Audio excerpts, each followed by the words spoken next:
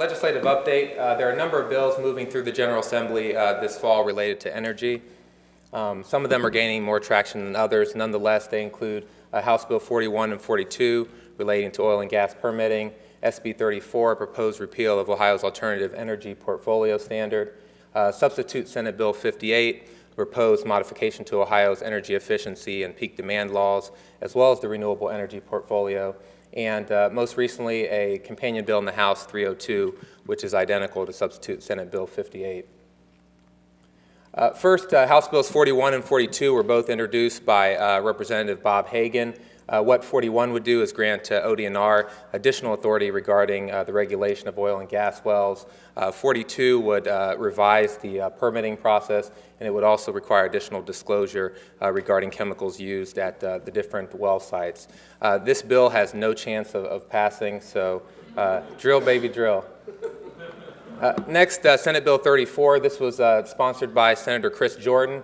This bill proposes to completely repeal Ohio's alternative energy portfolio standard. Under Senate Bill 221, which was passed in 2008, it required that 25% of the electricity sold by utilities as well as electric service companies come from alternative energy. That includes both advanced energy as well as renewables. This bill is unlikely will pass. However, the importance here is that this bill remained idle until about a month ago, and it's come up with respect to discussions regarding substitute Senate Bill 58, and will likely be used as leverage in those discussions. To give you a little context here, this chart outlines the alternative energy portfolio standard under 221, and there are minor revisions under SB 315. If you look at the far left column there, those are the technologies that qualify for renewable as well as advanced. In the second column there, of that 25% I just mentioned, 12.5 must come from renewable energy. Within that, there's a 0.5% carve out for solar, and then the bottom portion, the remaining 12.5 would come from advanced resources. And then finally, the in-state renewables in the middle. Of that 12.5% that must come from renewables, at least half of those must come from facilities sited here in Ohio. The remaining half must come from facilities shown to be deliverable to Ohio. In the interest of time, I won't go into REC credits and the cost cap, but those are issues addressed in Substitute Senate Bill 58. Speaking of the bill, it's sponsored by Republican Senator Bill R-Seitz from Cincinnati. Just yesterday, we heard sponsored testimony from Representative Peter Stoutberg, who's chair of the House Public Utilities Committee. It's an identical bill. As many of you have likely read in the paper, this is an immense bill that proposes significant changes to Ohio's renewable energy portfolio standard, as well as the peak demand reduction rules and the energy efficiency standards. It's an injustice to try to cover it in one slide, but I promise, Frank, I'd stay within my 5 minutes. If you look at the renewable side, it removes that in-state purchase requirement I just mentioned.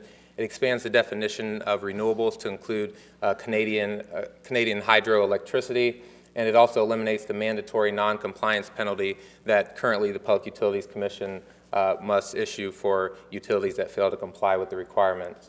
And then moving on to the energy efficiency side, shared savings is a mechanism that's intended to incentivize utilities and reward them for the savings experienced by ratepayers. Currently, in the most recent public utilities proceeding, that was capped at about 13%. This bill proposes 1/3 or 33.25% would remain with the utility.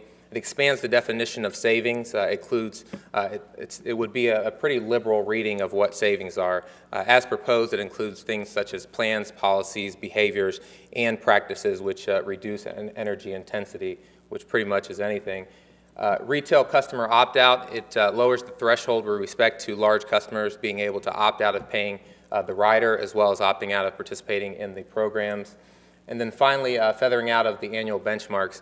Under 221, it also required that utilities reduce their electric sales by 22%, and there have been annual benchmarks that must be met.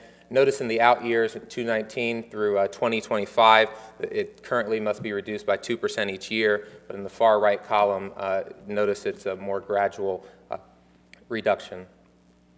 Outcome of Senate Bill 58, Senator R-Seitz has stated that he would like to have the bill enacted by the end of this year. Currently, there's too many moving targets to determine whether that will actually happen. At the moment, as drafted, it's unlikely that it will get out the Senate. And also, if there are amendments to the bill, which likely will happen, it will be quite the rush to get it through the House. And finally, the greatest variable is the governor. The governor's office has not clearly communicated what their position is on this bill, so we'll continue to monitor it. If I was a betting man, I would bet as drafted it doesn't make it through unless there are significant amendments beyond what you likely have publicly read in Gongwer. But nonetheless, we'll continue to monitor the bill.